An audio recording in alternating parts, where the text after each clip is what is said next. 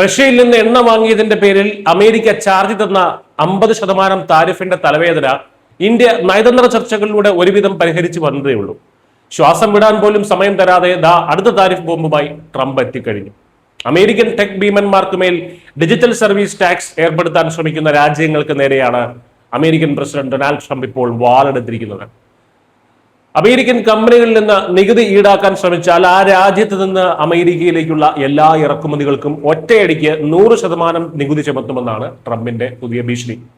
പഴയ വ്യാപാര കരാറുകൾ ഒന്നും ഈ കാര്യത്തിൽ താൻ വകവയ്ക്കില്ലെന്നും അദ്ദേഹം ട്രൂത്ത് സോഷ്യലിലൂടെ വ്യക്തമാക്കി കഴിഞ്ഞു.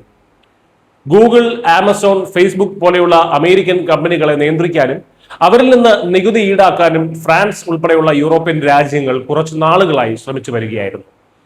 ഇവരെ കൃത്യമായി ലക്ഷ്യമിട്ടിട്ടാണ് ട്രംപ് ഇപ്പോൾ ഈ വലിയ ബോംബ് ഇട്ടിരിക്കുന്നത്. ഇതോടെ സാമ്പത്തികമായി യൂറോപ്യൻ രാജ്യങ്ങൾ വലിയ പ്രതിസന്ധിയിലായിരിക്കുകയാണ്. ഇവിടെയാണ് ഇന്ത്യയുടെ നയതന്ത്ര ബുദ്ധി നമ്മൾ തിരിച്ചറിയേണ്ടത്. കാരണം ട്രംപിന്റെ ഈ ഭീഷണി ഇന്ത്യയെ ഒരു തരത്തിലും ബാധിക്കില്ല. അമേരിക്കയുമായിട്ടുള്ള വ്യാപാര കരാറുകളുടെ ഭാഗമായി 2024-ലും 2025-ലുമായി ഇന്ത്യ ഈ ഡിജിറ്റൽ സർവീസ് നികുതികൾ ബുദ്ധിപൂർവ്വം ഒഴിവാക്കിയിരുന്നു. അമേരിക്കൻ പ്രസിഡന്റിന്റെ ഈ നീക്കം മുൻകൂട്ടി കണ്ട് യൂറോപ്പ് ഇപ്പോൾ നേരിടുന്ന ഈ വലിയ സാമ്പത്തിക പ്രഹരത്തിൽ നിന്ന് കൃത്യമായി വഴിമാറി നടക്കാൻ ഇന്ത്യൻ സർക്കാരിന് കഴിഞ്ഞു എന്നത് വലിയൊരു നയതന്ത്ര വിജയം തന്നെയാണ്.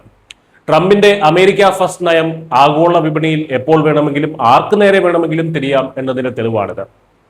ഒരു പ്രശ്നം പരിഹരിക്കുമ്പോൾ അടുത്തതുമായി വരുന്ന ട്രംപിന്റെ ഈ ഒരു രീതി ലോകരാജ്യങ്ങളെ ചില്ലറയൊന്നുമല്ല ബുദ്ധിമുട്ടിക്കുന്നത്. സ്വന്തം താല്പര്യങ്ങൾ സംരക്ഷിക്കാൻ ട്രംപ് ലോകത്തെ മുഴുവൻ വിരട്ടുമ്പോൾ കൃത്യസമയത്ത് മുൻകൂർ ജാമ്യമെടുത്ത് സുരക്ഷിതമായിരിക്കുകയാണ് ഇന്ത്യ. ആഗോള രാഷ്ട്രീയത്തിലെ ഈ ചാഞ്ചാട്ടങ്ങളെ ഇന്ത്യ നേരിടുന്ന രീതി ലോകരാജ്യങ്ങൾക്കിടയിൽ തന്നെ ഇപ്പോൾ ശ്രദ്ധേയമാവുകയാണ്. News desk Malayalam.